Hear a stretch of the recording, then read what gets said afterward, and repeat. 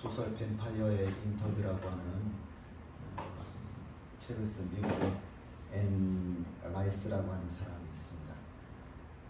이게 뭐지? 좀 기괴하기도 하고 에로틱하기도 하고 종교적이기도 하고 그런 것들을 쓰는 작가입니다. 인터넷의 백과사전 위키피디아라고 하는 게 있죠. 거기에는 이 작가를 이렇게 소개를 합니다. 앤 라이스의 책은 1억 부 이상 판매되었으며 현대 역사의 가장 유명한 작가 중 한 명이다 라고 소개를 합니다. 이 유명한 앤 라이스가 나는 더 이상 기독교인이기를 거부한다 라고 하는 이야기를 공개적으로 선언했습니다. 원래 앤 라이스는 캐톨릭 신자인 부모 밑에서 태어났습니다. 그런데 18살이 될 때에 카톨릭 교회를 떠났습니다. 그리고 30년이 지나서 50세가 되었을 때에 다시 카톨릭 교회로 돌아왔습니다. 그래서 예수님의 어린 시절에 관해서 소설도 쓰기도 하고 하면서 예수님에 대해서 굉장히 많은 관심을 가졌죠. 그랬던 그녀가 나는 더 이상 기독교인이기를 거부한다 라고 하는 이야기를 한 겁니다. 이 앤 라이스는 예수님이 너무 좋다고 고백을 합니다. 그런데 예수님은 좋은데 교회는 싫다는 거예요. 이 캐톨릭이 너무 타락을 해서 도저히 교회 안에 있는 교회의 사람으로는 살아갈 수가 없겠다. 그래서 나는 교회에서 나가서 그러나 예수님과 함께 동행하는 자의 삶을 살겠다라고 이야기를 하는 겁니다. 인도의 성자로 불렸던 간디도 비슷한 이야기를 했습니다. 이렇게 이야기를 했죠. 당신들이 믿는 그리스도는 좋다. 그러나 기독교인들은 싫다. 당신들 기독교인들은 당신들이 믿는 그리스도와 너무나 다르다. 물론 힌두교 사람입니다. 그런데 성경을 너무 좋아했고 예수님을 너무 좋아해서 제일 좋아했던 게 팔복을 제일 좋아했습니다. 공간복음을 굉장히 좋아했던 사람이었습니다. 그러나 기독교는 싫다고 정면으로 욕을 했습니다. 왜냐하면 그 당시 인도를 다스렸던 나라가 영국이죠. 영국의 지배를 받던 당시였는데 그 영국의 국교가 성공회라고 하는 기독교잖아요. 성공회잖아요.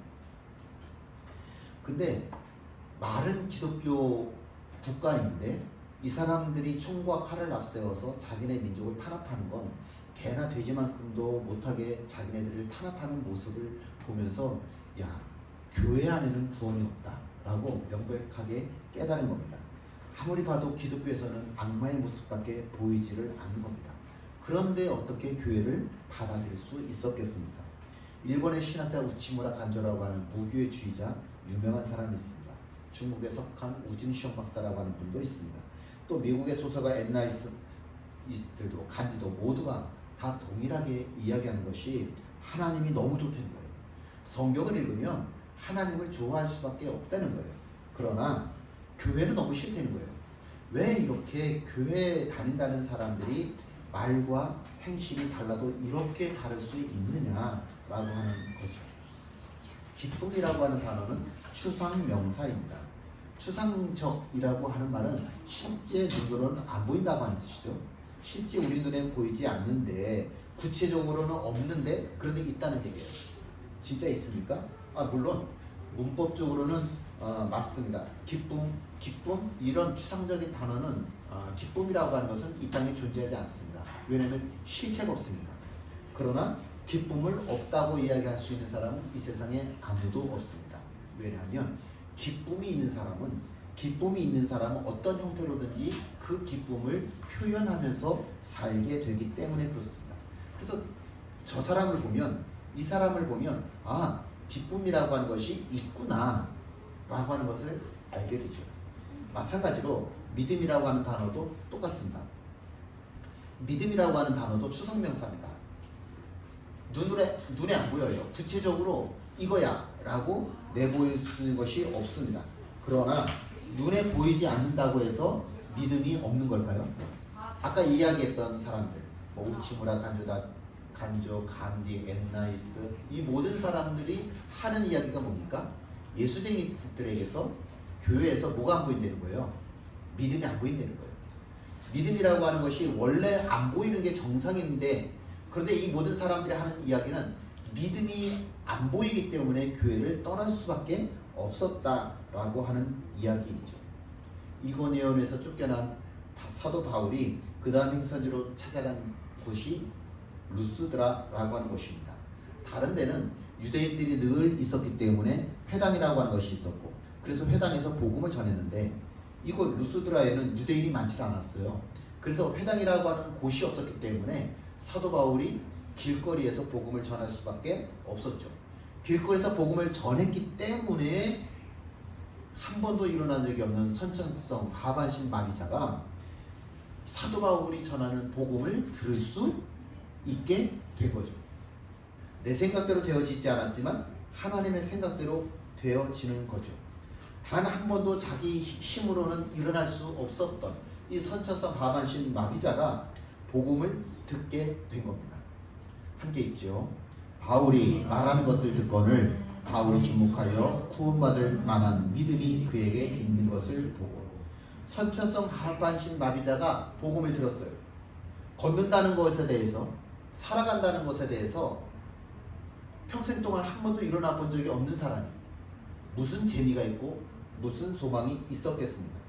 근데 참 이상한 거는 이게 복음을 듣다 보니까 소망이 생긴다는 거예요. 복음을 자꾸 반복해서 듣다 보니까 믿음이 생기더라라고 하는 겁니다. 사도 바울이 선천성 하반신 마비자의 얼굴을 봤습니다. 잘생겼나 못생겼나 그거 볼까요? 뭐 뚱뚱하냐 말랐냐 그거 보는 걸까요? 아니요. 이 사람의 얼굴을 보는데 이 선천성 하반신 마비자의 얼굴에서 뭐가 보이더라? 믿음이 보이더라는 거예요. 눈에 보이지 않는 믿음이 이 사람 얼굴에서는 확 밝히 보여지더라라고 하는 거죠. 마태복음 8장 말씀에는 예수님께서 가버나움에서 백부장의 하인을 고쳐주시는 이야기가 나옵니다. 백부장이 예수님한테 달려나왔습니다. 자기 집에 하인이 있는데 이 하인을 고쳐달라는 거예요. 그래? 알았어. 그럼 내가 너희 집에 갈게. 아유, 무슨 말씀이십니까? 백부장은 군인이잖아요. 우리 식으로 하자면 대위쯤 되는 거죠. 100명의 군사를 데리고 있는 사람이니까 우리말로 하면 대위쯤 해당되겠죠. 머리끝부터 발끝까지 군인 정신으로 도배가 되어 있는 사람이잖아요. 그 사람이 하는 얘기는 이런 겁니다. 내 부하에게 오라 하면 오고 가라 하면 가더이다. 예수님께서 직접 가시지 않아도 병이 고쳐져라, 하인아 깨끗해져라 라고 말씀만 하시면 뭐만 하시면 말씀만 하시면 뭐만 하면 말씀만 하시면 내 하인이 반드시 병을 고칠 줄 믿습니다. 예수님이 얼마나 깜짝 놀랐는지 몰라요. 함께 있죠. 내가 진실로 너희에게 이르노니 이스라엘 중 아무에게서도 이만한 믿음을 보지 못하였노라. 예수님의 칭찬입니다. 무슨 칭찬이요? 이만한 믿음을 본 적이 내가 단 한 번도 없었다. 이만한 믿음을 본 적이 없었다. 예수님께서 언제 야, 너 진짜 예쁘다 외모를 칭찬하신 적이 있습니까? 예수님이 언제 야, 너 돈 많이 벌었네 칭찬하신 적 있습니까? 예수님이 학위를 딴 사람 보고 야, 너 지금까지 공부하느라 고생했다 언제 그렇게 말씀하신 적 있으셨습니까? 칭찬하신 적 있으셨습니까? 예수님께서 칭찬하신 경우는 딱 하나밖에 없어요. 언제? 믿음을 있음을 보셨을 때. 예수님께서 칭찬하신 것은 믿음이 있을 때, 믿음이 있는 사람을 보면서 칭찬을 하셨죠. 그 외에는 예수님께서 무슨 칭찬을 하셨겠어요? 없어요. 예수님께서는 믿음을 칭찬하시는 분이십니다. 여기서 보다 라고 하는 말은 발견했다, 만났다 라고 하는 뜻이에요. 그러니까 예수님 눈에는 이 믿음이라고 하는, 우리 눈에는 구체적으로 이것처럼 보여지면 좋겠는데 이것처럼 보여지지 않잖아요. 근데 예수님 눈에는 믿음이라고 하는 게 구체적으로 보이더라라고 하는 거예요. 우리 눈에는 안 보이지만 내 믿음이, 내 속에 있는 믿음이 예수님 눈에는 확연하게 보인다고요. 예수님께서 이렇게 말씀하십니다. 함께 있죠. 인자가 올 때에 세상에서 믿음을 보겠느냐. 예수님의 탄식이에요. 과연 어디에서 내가 믿음을 볼 수 있겠냐? 내가 누구에게서 믿음을 볼 수 있겠느냐? 예수님의 탄식입니다. 신앙은 네 가지를 가지고 있어야 된다고 했습니다. 첫 번째는 궁극성이라고 하는 거예요. 하나님을 반드시 만나야만, 하나님을 체험해야만 한다라고 하는 거예요. 그걸 궁극성이라고 이야기를 하고, 전체성이라고 하는 말은 내 삶 중에서 하나님을 만났다라고 했을 때 내 삶 전체가 하나님을 향해서 반응한다는 거예요. 내 손만 반응하는 게 아니라 머리끝부터 발끝까지 내 온 몸이, 온 마음이, 온 영혼이 하나님을 만났을 때 반응한다 라고 하는 것이 전체성입니다. 세 번째는 강렬함이라고 하는 거예요. 내가 TV를 보면서 재미가 있잖아요. 내가 담배를 피우면서 재미가 있잖아요. 내가 마약을 하면서 재미가 있잖아요. 그런데 하나님께서 말씀하신 것은 하나님 만날 때의 그 감격보다 더한 것은 이 세상에 없다는 거예요. 강렬함이 있다는 거예요. 강렬함이 있다고. 정말요? 하나님 만날 땐 강렬함이 있어야 돼요. 우리 예배를 드릴 때 혹시 기대를 하십니까? 무엇을 기대하십니까? 하나님을 만날 때 강렬함, 우리 기대해볼 만하지 않겠습니까? 기대하면 좋겠어요. 기대하지 않는데 채워지는 의미는 없습니다. 기대해야만 채워집니다. 네 번째는 행동이라고 하는 거예요. 그건 뭐냐면 하나님에 대한 경험이라고 하는 건 반드시 행동으로 들어간다는 거예요. 하나님 만났다? 그럼 반드시 어떤 행동이 나타난다라고 하는 거예요. 이 네 가지를 한마디로 표현을 하자고 한다면 그건 행동이라고 하는 거예요. 하나님 만났다? 반드시 내 삶에서 행동이 나타난다라고 합니다. 누군가에게 보여주기 위한 믿음이라고 하는 건 존재하지 않습니다. 그건 위선이라고 이야기를 하지 믿음이라고 이야기하지 않습니다.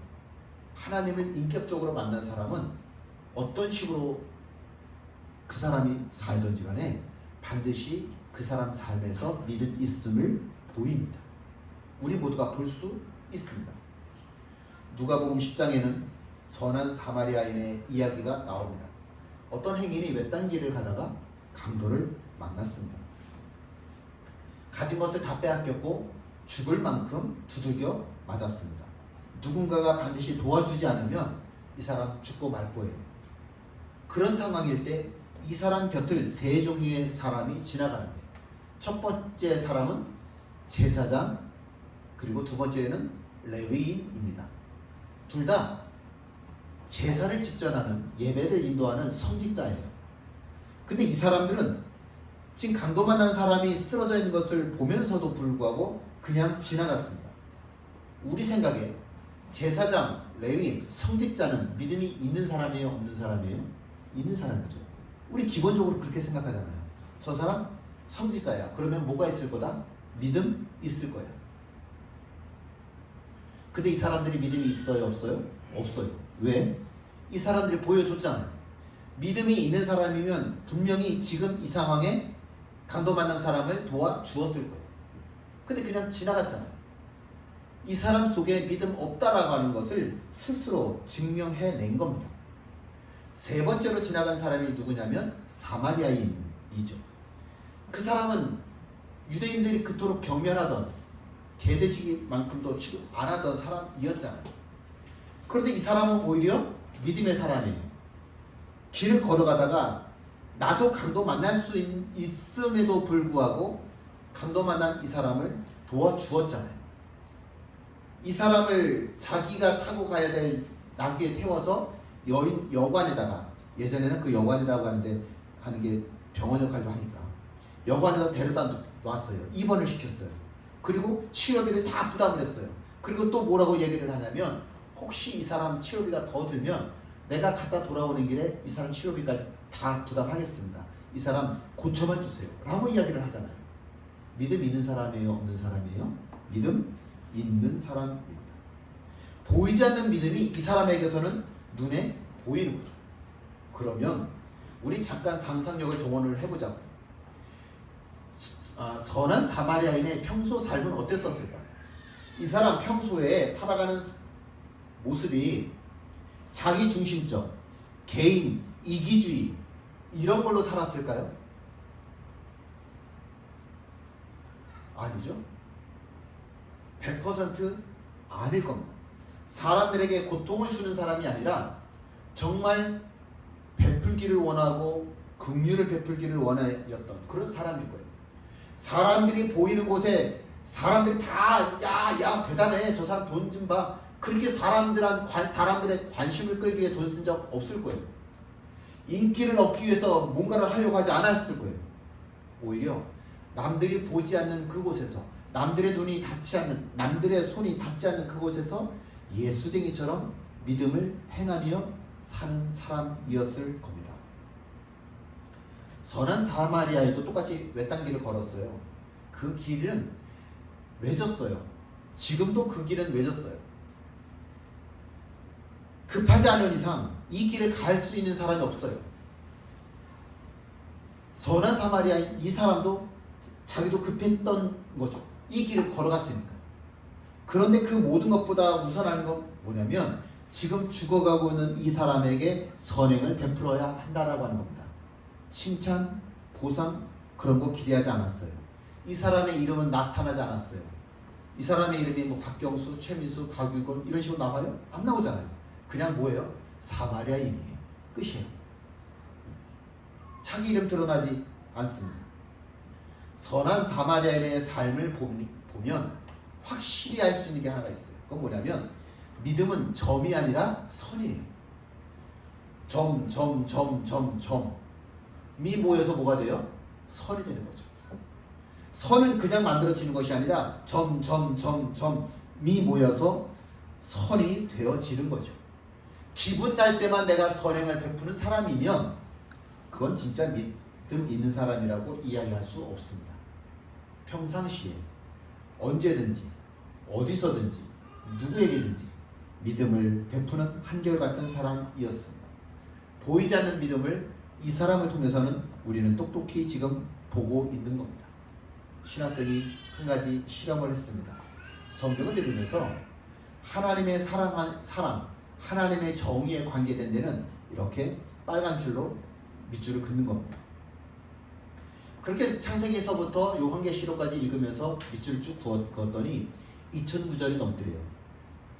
이번에는 자기가 밑줄 친 그거를 전부 다 칼로 가위로 다 오려냈어요. 그럼 성경이 어떻게 되겠어요? 빵꾸가 나겠죠. 빵꾸가 난 성경을 들고 이제 읽어보기 시작하는 거예요. 하나님의 사랑 빼고 하나님의 정의 빼고 그리고 성경을 읽는데 성경이 이해가 되겠어요? 안 되겠어요? 안 되지. 이제부터는 이걸 성경이라고 부를 수가 있어요? 없어요? 없지. 그걸 구멍난 성경이라고 이야기합니다. 무슨 얘기를 하고 싶은 거냐면 이런 거예요. 사람들은 자기 입맛에 자기에게 좋은 구절에만 밑줄을 치어요. 그리고 마치 이것만이 성경이라고 생각을 하는 거예요. 이것만 외워요. 이것만 읽어요. 그런데 그런 성경은 이 세상에 존재하지 않습니다. 그런 성경은 이 세상에 존재하지 않습니다. 현대인의 믿음이라고 하는 게 그런 거죠. 자기가 하고 싶은 것만 해. 자기가 믿고 싶은 대로 자기가 믿고 싶은 방식대로만 믿어. 자기가 예배드리고 싶으면 예배드리고, 자기가 기도하고 싶으면 기도하고, 자기가 성경 보고 싶으면 자기가 성경 보고. 뭐든지 그 신앙의 기준이 뭐냐면 내 생각, 내 감정, 내 판단. 구멍난 믿음인 거죠. 그건 믿음이 아니에요. 그건 믿음이 아닙니다. 구멍난 성경에 없는 게 하나 있어요. 책임감이라고 하는 게 없어요. 의무감이라고 하는 게 없어요. 구멍난 믿음에는 책임감도 없고 의무감도 없어요. 믿고 싶으면 믿고, 내가 오늘 드리고 싶으면 드리고, 내가 오늘 버리고 싶으면 버리고. 그런데 똑같은 성경인데 사마리아인의 성경은 도와주어라 라고 하는 구절이 써있고, 제사장의 성경에는 도와주어라 라고 하는 구절이 없고 뭐라고 써있냐면 외면해라 라고 하는 구절이 기록되어져 있는 거죠. 도와주어라 라고 써있음에도 불구하고 제사장은 뭐라고 읽냐면 외면해라 라고 읽는 겁니다. 구멍난 성경으로는 하나님의 신비함을 체험할 수가 없어요.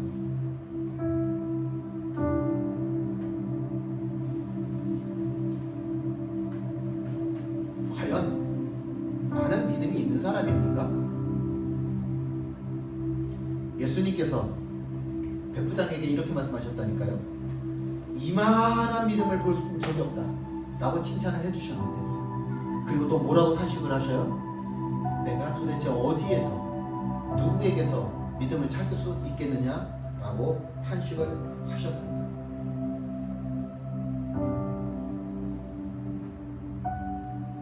겨자씨만한 믿음이 있어도 태산을 들어 바다에 던질 수 있다라고 하는데, 정말 믿음이 있는 사람 맞습니까?